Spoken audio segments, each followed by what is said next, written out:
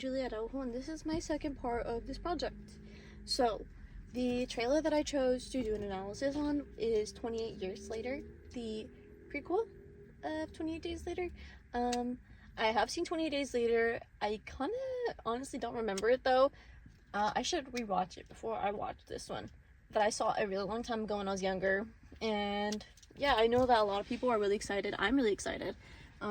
I don't even remember the first movie, and this trailer looks amazing. It looks pretty cool. And yeah, there's a lot of things that go into it, so let's talk about it.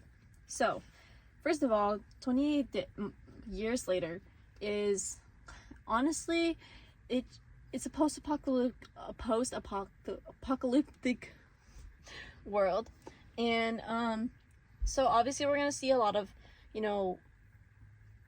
fighting. We're gonna see obviously violence with zombies and things like that. We're gonna see how society handles this collapse, government, people, just in general, how class is gonna be thrown off balance. And yeah, we're just gonna see like how people are finally living in this world 28 years later. And that's more or less what we see in the trailer as well. We see glimpses of what the world now is for them, and it doesn't look too good. We're seeing soldiers fighting against these creatures. We're seeing people who maybe have built societies being not so nice to other people, and I think that is going to be really prevalent because anywhere there's always been a fight for power, and so we're going to really see that dividing class later on. So starting with my rhetorical analysis, this trailer really brings anxiety to its viewers. It brings that sense of like something's wrong, something's obviously wrong. It starts off with some children watching Teletubbies, and their mother comes in and she's very panicked, and she tells them to stay put. And then it cuts to blood splatters, people dying, people fighting, people screaming. Obviously a really big turn from them watching Teletubbies. And then the trailer starts playing this really creepy song, which I found out was actually a poem. And it's a poem called Boots by Rudyard Kipling, who wrote it in the 1900s. I heard that it's actually a song that's played for soldiers, and it's actually pretty creepy in the movie, and a lot of people, it was a really big media thing about this song because it is really anxiety invoking. So they did it really good with visuals and their sound, what they chose to portray this movie.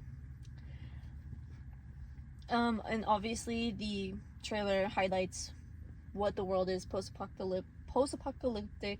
28 years later, we see how people started to rebuild themselves, how people started to rebuild society, and so we get a lot of visuals for this.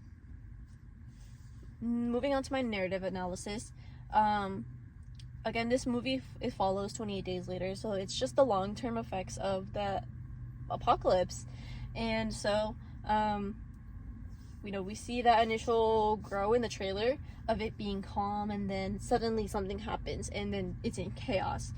And so we will just get to see the effects of what it is, how people's adapted to this, and the trauma that has been brought along throughout this change in the world so quickly, or how these people never knew this change and they just live in this horrible world. The dramatist analysis perspective, this trailer is kind of just a cycle of survival. We're seeing these people in this violent post-apocalyptic world, which is Britain. I never knew it was Britain, but I knew they had accents, and how people are desperately just trying to survive.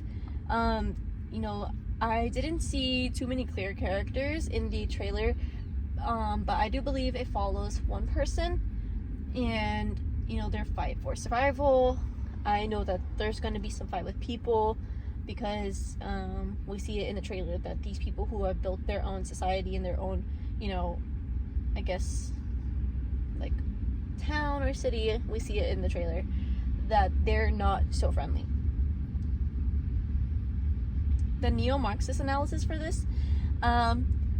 Obviously, class goes a lot into this, and maybe it's not class necessarily of rich and poor, but maybe it's knowledge. People who knew how to, knew survival instincts, who knew how to do all this stuff, they all grouped together and they separated from the people who didn't.